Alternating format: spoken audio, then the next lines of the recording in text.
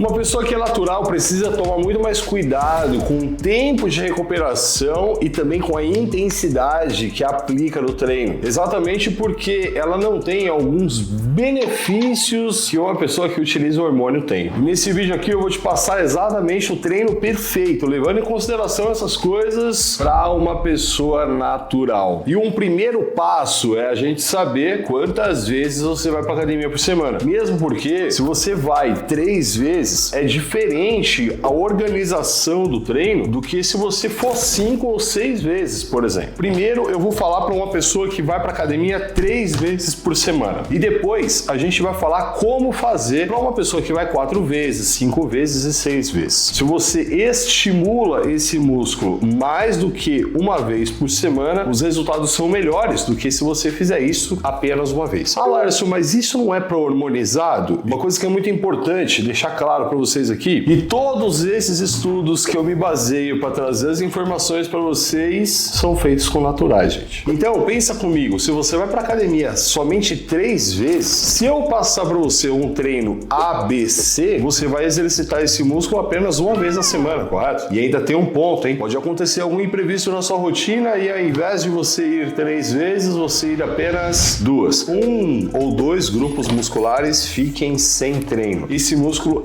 entra em processo de diminuir, que é tudo que a gente não quer, né? Eu quero que você, que vai apenas 3 vezes para academia por semana, faça um full body. Full body é um nome de treino que a gente dá para um sistema que você vai treinar o corpo inteiro em apenas uma sessão. Você vai fazer um exercício para cada grupo muscular do seu corpo. E aqui existem 2 tipos básicos de full body. Um full body mais básico, que se encaixa muito bem para pessoas que são mais iniciantes, e um full body mais completo. A gente vai fazer o seguinte, eu vou te passar o full body básico e aí depois a gente vai colocar os exercícios complementares para que assim você também tenha o full body mais completo. Antes até de te passar esse treino, exercício por exercício, quantas séries vai fazer, repetições e tempo de descanso, é importante fazer um processo de aquecimento. Sabe aquele negocinho que a gente acha chato, eu também acho, de subir ali no elíptico, numa esteira e fazer ali uns 5 minutinhos? Se você fizer de 5 a 10 minutos, você vai elevar a temperatura corporal, vai mandar sangue já para os músculos. Se você tá aqui de boa, relaxado, a sua temperatura tá um pouco mais baixa. Quando ela fica mais alta, todas as atividades enzimáticas funcionam melhor na produção de energia. E esse sangue, quando você tá em repouso, ele fica mais concentrado nos seus órgãos. Agora, quando você começa a se movimentar, seu corpo entende que são os músculos que estão precisando de um aporte maior de sangue agora. Olha lá, e o que acontece se eu não fizer esse aquecimento? Então, morrer você não vai. A grande questão é que muito provavelmente você vai estragar o primeiro exercício porque você não vai estar bem aquecido. Esse aquecimento a gente chama de dinâmico. Existe um segundo aquecimento que também é legal, chamado de específico. Esse cara você vai fazer 1 ou 2 séries naquele próprio exercício que você vai executar, séries valendo mesmo. A proposta é você direcionar ainda mais sangue para aquele músculo e também já meio que preparar as articulações que vão ser envolvidas naquele exercício. 2 sériezinhas é o suficiente. Uma primeira, você vai colocar tipo uns 50% da carga, assim, sabe? Aí você vai começar a fazer, quando você começar a sentir um leve, tá ficando pesado, você para. A segunda, você vai colocar um pouco mais, uns 70% da sua carga normal de trabalho. E você vai fazer até começar a ficar pesado também. É importante você entender que não é para fadigar o músculo nesse momento, é só para aquecer. Posto tudo isso, vamos direto ao treino. A gente pode começar com peitoral, como pode começar com costas. O músculo que você começar o treino, ele tende a desenvolver mais, porque você está mais descansado, tem mais energia e tal. Aqui vai de sua escolha. Eu prefiro que você comece com costas, exatamente porque vai melhorar sua postura e também você ter costas mais largas impacta fortemente no seu shape. Começando com costas, vamos fazer um pulley frente, que é um baita exercício legal para você ganhar expansão de costas. Só toma cuidado para não ficar balançando muito e quando você for puxar a barra, leva o cotovelo para baixo e o peitoral para cima. Isso vai fazer com que você consiga encurtar muito bem as fibras, principalmente as inferiores, e aí depois você sobe, alonga o máximo que você puder. Esse é um dos melhores exercícios para costas. Vai fazer todo esse processo de aquecimento que eu falei, depois 3 séries válidas desse cara. Na primeira série vai até um nível muito alto salto de dificuldade, a série precisa ser desafiadora. Quando chegar próximo da falha, você cessa. Eu não quero que você chegue até a falha propriamente dita. Mesmo porque, se você fizer isso, na próxima série, você não vai ter se recuperado o suficiente para executar ela com tanta intensidade quanto a primeira. Isso faz com que você perca o que a gente chama de volume load. E isso repercute na hipertrofia. A segunda série, próximo da falha, na terceira,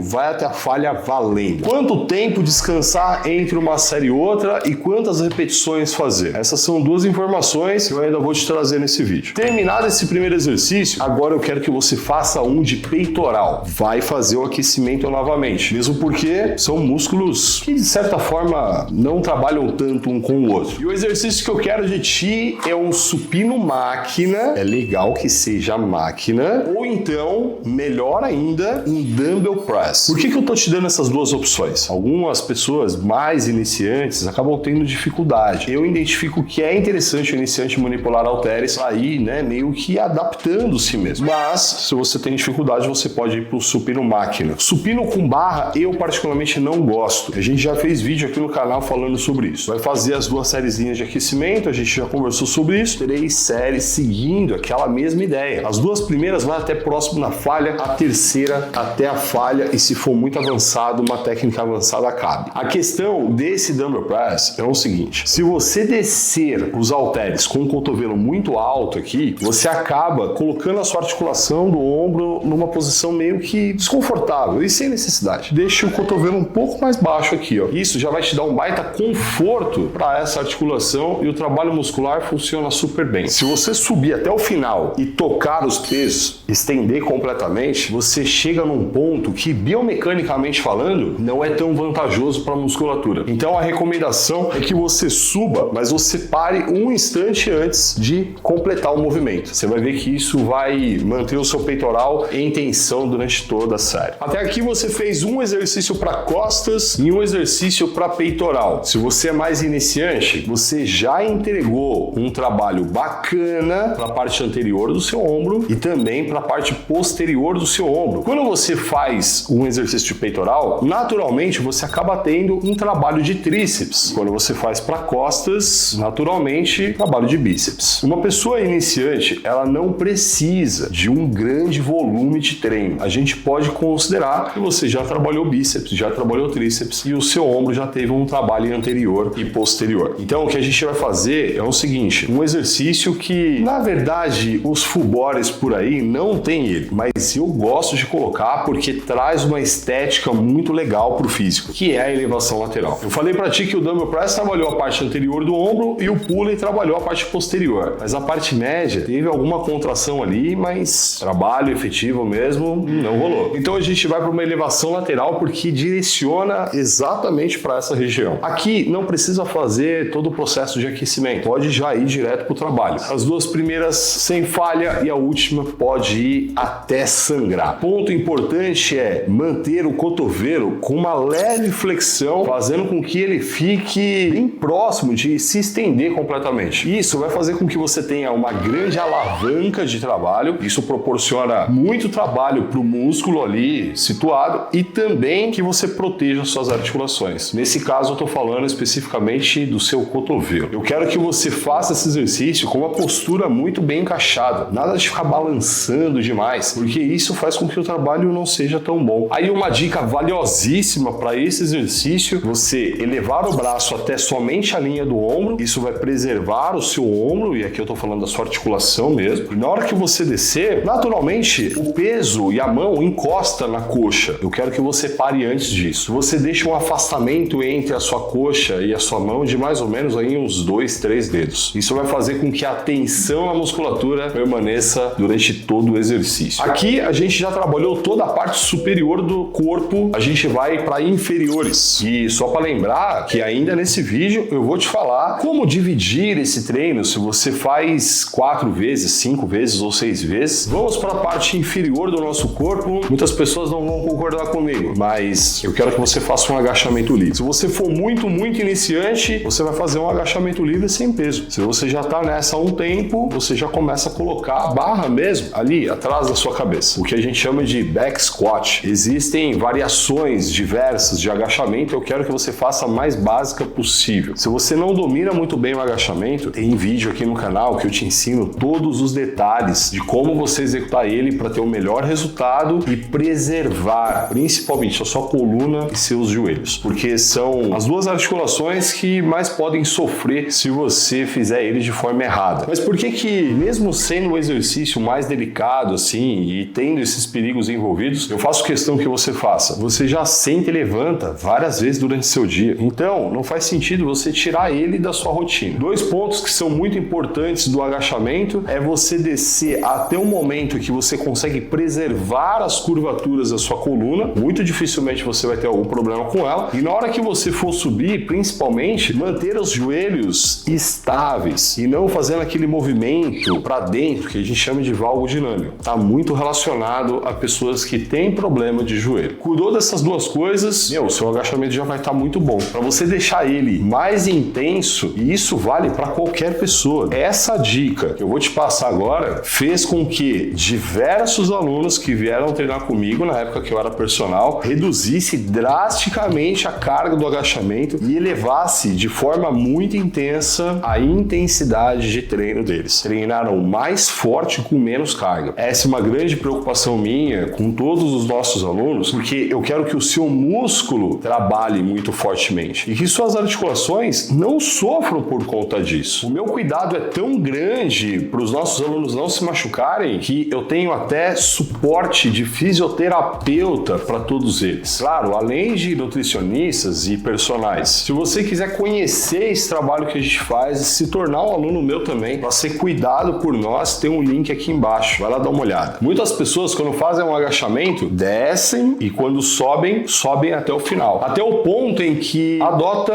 a postura de uma pessoa em pé. Isso faz com que o joelho se encaixe e o quadril também. E quando isso acontece, toda a carga, tanto acrescentada ao exercício com barra, halteres, etc., e o próprio peso do corpo, ela seja distribuída e apoiada sobre as articulações. A musculatura relaxa. Se você analisar, observar com atenção as pessoas fazendo o agachamento dessa forma, você vai perceber que, principalmente as mulheres, porque aí elas estão com calça justa, na grande maioria das vezes, facilita a visualização. Quando ela chega no final do exercício, quando ela sobe completamente, o glúteo desarma. A coxa relaxa. Você entra num ciclo de exercício de tensão e relaxamento. Tensão e relaxamento. Existe uma coisa importante que ajuda muito na hipertrofia que se chama tempo sob tensão. Ou seja, a proposta é que você fique com a musculatura tensionada todo o tempo. Você simplesmente não vai completar o exercício. Você vai ficar meio agachadinho. Mas é pouca coisa. O suficiente para o joelho manter uma leve flexão, fazendo com que a coxa mantenha a tensão e o quadril a mesma coisa, porque aí o seu glúteo vai se manter tensionado. A intensidade do seu exercício vai subir pra caramba. Aqui tem um ponto importante. Durante muito tempo se falou que o agachamento também trabalhava a parte posterior da coxa. Tem uma certa verdade aí. Ele contrai os posteriores da coxa. Não tem trabalho efetivo, gerador de força e gerador de volume muscular, fazendo assim com que ele se torne um exercício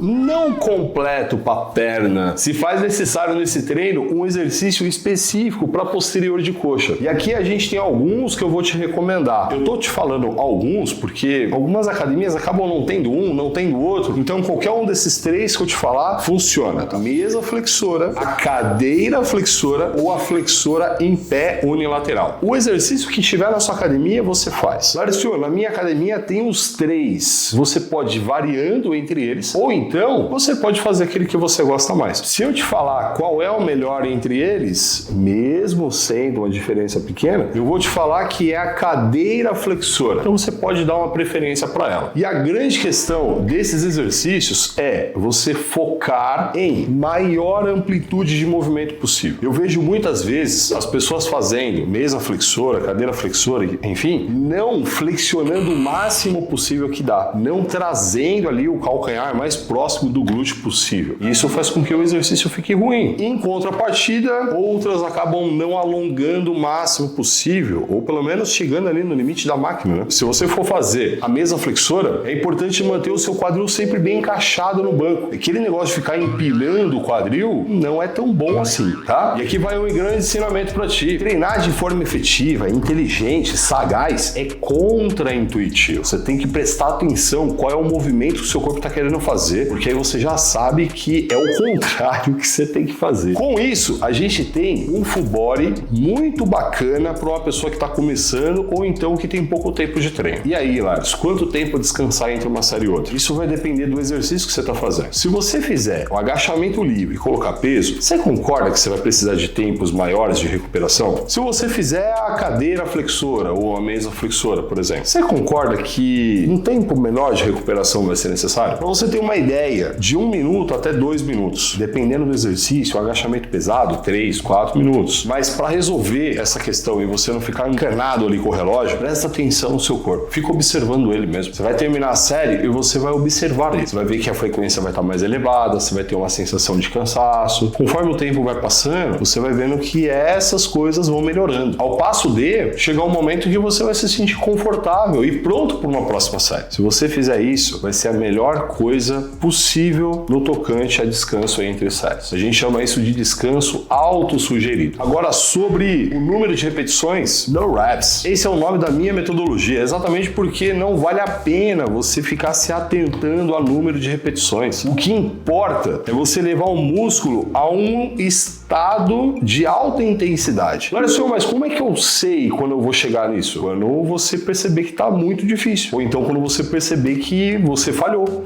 A gente não conversou sobre isso? Mas, Lárcio, eu posso chegar nesse estado fazendo muitas repetições. Ou eu posso chegar nesse estado colocando mais peso e fazendo menos repetições. A grande questão aqui é, para o seu músculo, tanto faz. Se você gosta de trabalhar com cargas maiores, aí você vai fazer um número menor de repetições. E a única coisa que eu te peço é, você precisa ter um domínio muito bom da técnica do exercício, senão você pode se machucar. Agora, se você prefere trabalhar com cargas menores, saiba que você vai precisar fazer um volume maior de repetições. Aquela dor assim, sabe? Aquele ardor vai te acompanhar durante a série, durante um tempo. Tanto faz, gente. O que importa é você levar o seu músculo a um nível alto de intensidade. Um detalhe importante, não esqueça de fazer os aquecimentos para agachamento e para posterior de coxa. Agora, se você é mais avançado, a gente vai acrescentar alguns exercícios e eu vou te passar então agora a ordem que você vai fazer esse negócio todo. Então é o seguinte, ó, primeiro exercício eu quero que você mantenha lá o pulley frente, tranquilo, de boas. Segundo exercício, você vai fazer o dumbbell press, relaxado, beleza. Agora o terceiro exercício, eu quero que você faça uma rosca direta. Aquele exercício para bíceps com barra, de preferência a barra W. Isso vai te trazer um conforto maior, principalmente para punho e para cotovelo. Tanto você vai conseguir fazer um trabalho muscular melhor, como você vai ficar longe de qualquer tipo de problema articular, né? Um ponto importante é se mantenha estável. Mantenha o seu corpo ali ereto, firme, sem muito balanço. E os cotovelos próximos do seu corpo. Porque naturalmente o corpo vai querendo afastar esse cotovelo. Depois disso, você vai fazer o tríceps. E eu gosto muito do tríceps pulley. E aí você pode fazer com uma barra mesmo. A mesma coisa que você vai fazer para rosca direta, você aplica ali. Mantenha o seu corpo estável e mantenha o seu cotovelo fechado. Por que eu passei exatamente dessa forma? Primeiro costas, depois peito, para depois vir bíceps. Porque se você faz costas e depois já bíceps, é legal, mas você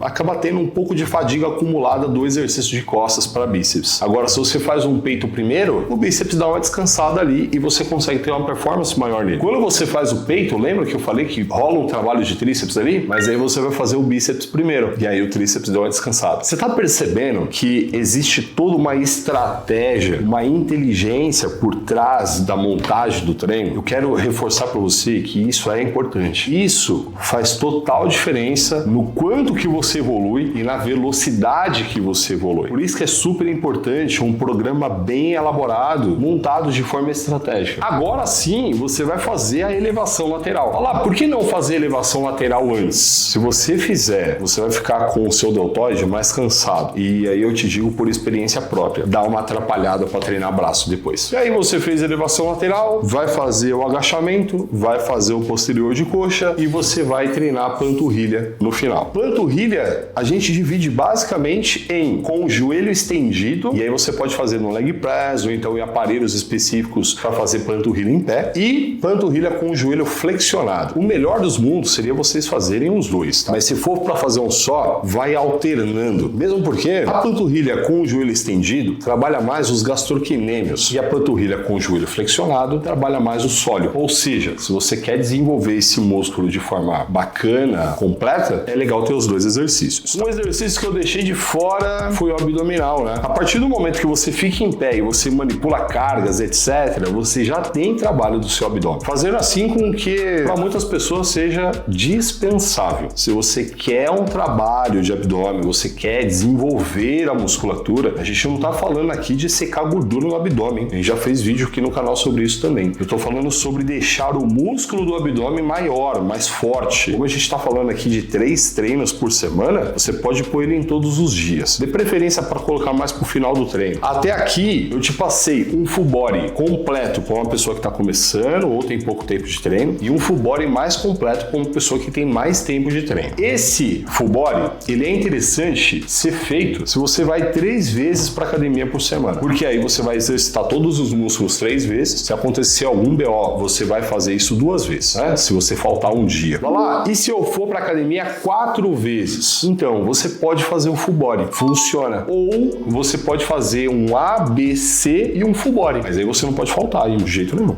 Se eu for 5 vezes para academia por semana, você pode fazer full body 5 vezes, eu já falei. Ou você pode fazer ABC full body. Ou você pode fazer full body, ABC full body. Fica muito, muito legal, velho. E nesse vídeo aqui, ó, eu passo para você exatamente um ABC que encaixa nesse esquema que eu tô te passando. Então, se você vai para academia 4 vezes ou mais e quer encaixar esse ABC para naturais, esse vídeo encaixa perfeito para ti. Clica aí.